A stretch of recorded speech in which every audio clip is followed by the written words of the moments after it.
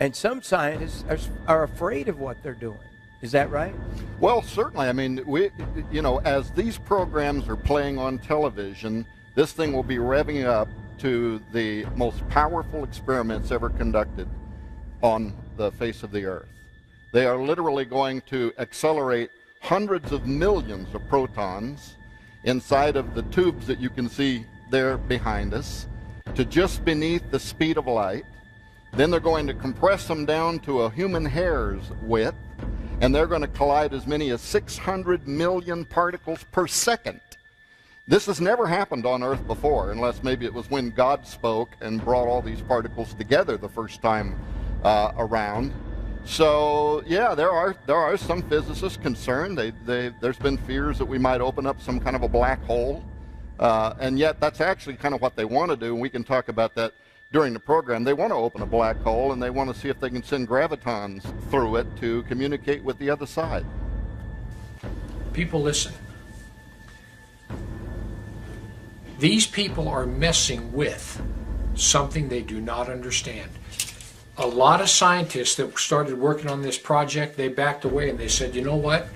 If you turn this thing on full power, we do not know what's going to happen. Number one, this thing could literally create a black hole. When those particles get to spinning, it creates such a humongous magnetic field that, from what I understand, it could literally put a hole right through the center of the Earth, right through the center of where it's sitting. Put a hole right through the center of the Earth. It could start a black hole that we can't stop. And the scientists tell them, hey, this could happen. And you know what they think? Well, it probably won't, so let's go ahead. Who are these people?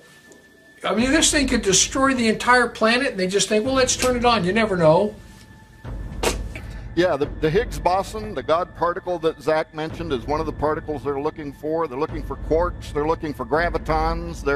They want to know, how did God put this all together, and can we take it apart? The Shiva deity that they've got, right outside the main offices there at Cern. Right. That's what it does. It does the cosmic dance. It's happening right now while you're sitting in this auditorium. It's in Cern, Switzerland. Now, you may not be aware of what's going on over there, but there's a thing over there that's called a Large Hadron Collider. And it is an accelerator. It accelerates particles and then brings them to the point of collision. So this Large Hadron Collider was started up just a few days ago, and it's still in the initial process of being brought online completely. You say, what in the world does something like that have to do with me and the Bible? It has a lot to do with you and the Bible. I cannot and will not attempt to speak as a physicist. It would make me look like a fool. My purpose this morning is to try to be a liaison between them and you.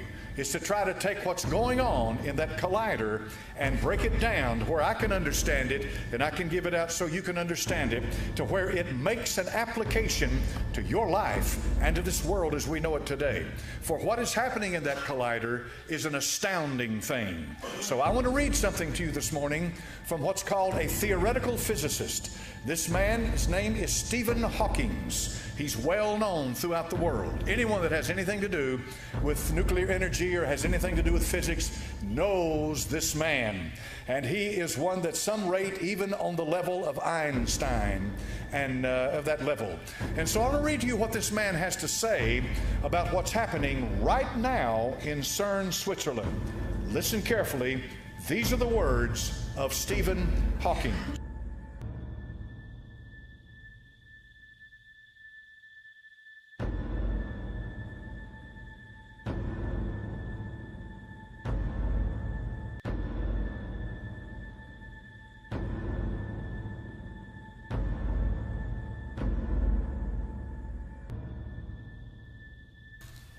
He recently warned the reactivation in March of Cern's Large Hadron Collider could pose grave dangers to our planet. The ultimate reality, check, we are warned. Hawking has come straight out and said the God particle, and this is what you've heard referred to time and again as the Higgs boson particle, the God particle found by Cern could destroy the universe. Now let that settle in. This man is an atheist, and he says there is no God. Yet he says that what's happening right now in Cern, Switzerland, and I'll give you what they're trying to do in a moment, what's happening at this very minute in Cern, Switzerland, has the potential to destroy the universe. This is a theoretical physicist. Now, physicists come in all kinds of sizes. Astrophysicist Neil deGrasse Tyson has also sounded the alarm in a hypothetical manner by telling anyone who might want to blow up a planet how to do so. Is this CERN's attempt to do so by attempting to recreate the Big Bang within a man-made structure. This has frightened Stephen Hawking so much. Do they know that they know what they are doing? And that's sort of the stage we're at right now. We're getting closer and closer. We think it looks very much like the Higgs, but we're not sure yet. We need to get a little bit closer to be absolutely certain. Ask yourself, how much energy is keeping it together?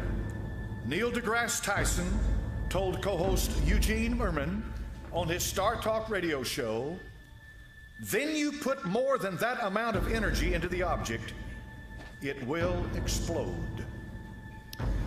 Now I think I've got your attention. I've quoted two physicists. These are scientists. These men do not agree with what's happening in Cern, Switzerland right now. There is a 17-mile long accelerator that lies 300 feet beneath the surface of the ground. This area is where France and Switzerland come together. So part of this accelerator is located in France and part of it in Switzerland. A large portion of Cern is located in the territory of St. Genus Poli. In Roman times, it was called Apolliacum. The town and the temple were dedicated to Apollyon, the destroyer, Shiva, or Horus. The very city that Cern is sitting on is the ancient temple to the god Apollyon.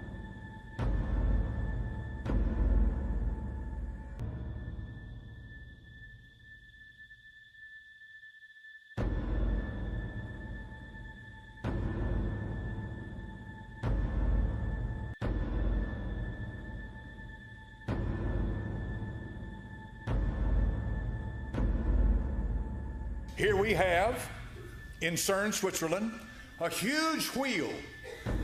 Inside that wheel is a Hindu god, and his name is Shiva.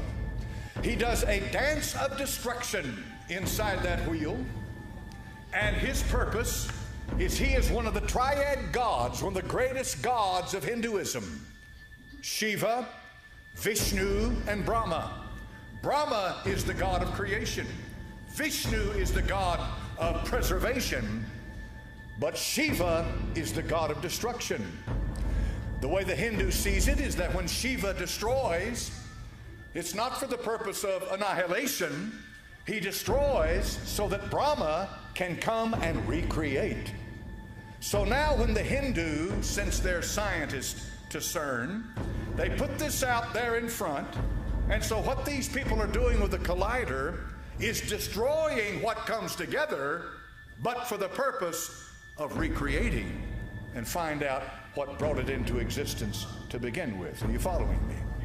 Now here we have men that are scientists on an average of an IQ of anywhere from 160 to 200 or even above. These are some of the smartest brains in all the world. No question about it whatsoever. I pick up physicists and try to read some of this stuff. I think, didn't I? Forget me. That's for a brain that is wired that way. No question. But we were told when Darwin's theory of evolution came out and became vogue that it would destroy the foundations of Christianity, and this old book that we hold in our hands, this old outdated Bible, would no longer be relevant, and a lot of people bought into it because after all, Darwin is scientific. But it's an amazing thing now that 150 years later, we have some of the greatest scientists in the world that are becoming very religious. Because here they've got Shiva, they've got dances to Shiva, And they are definitely being connected with Shiva as they're finding things. Let me give you one example. In one of their collisions, when they collided these particles together, they saw things. They were apparitions they didn't expect to see, and they didn't fit in any model. They didn't fit anywhere. They don't belong, but they could not deny the reality of it. Something was going on inside there that they could not explain. And it was scary for them.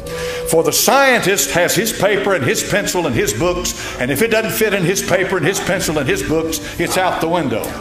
They don't understand. They have a hard time accepting the fact that there is a spirit world out there. That spirit world was created by a spirit being, an almighty, eternal, absolute being that is from everlasting to everlasting, who put in me what I am today by the power of Almighty God and by the power of the new birth. I want you to think about what I'm saying. Stephen Hawking, a theoretical physicist, has warned these people, you are about to open Pandora's box. And once you open Pandora's box, you cannot put back in what came out of that box.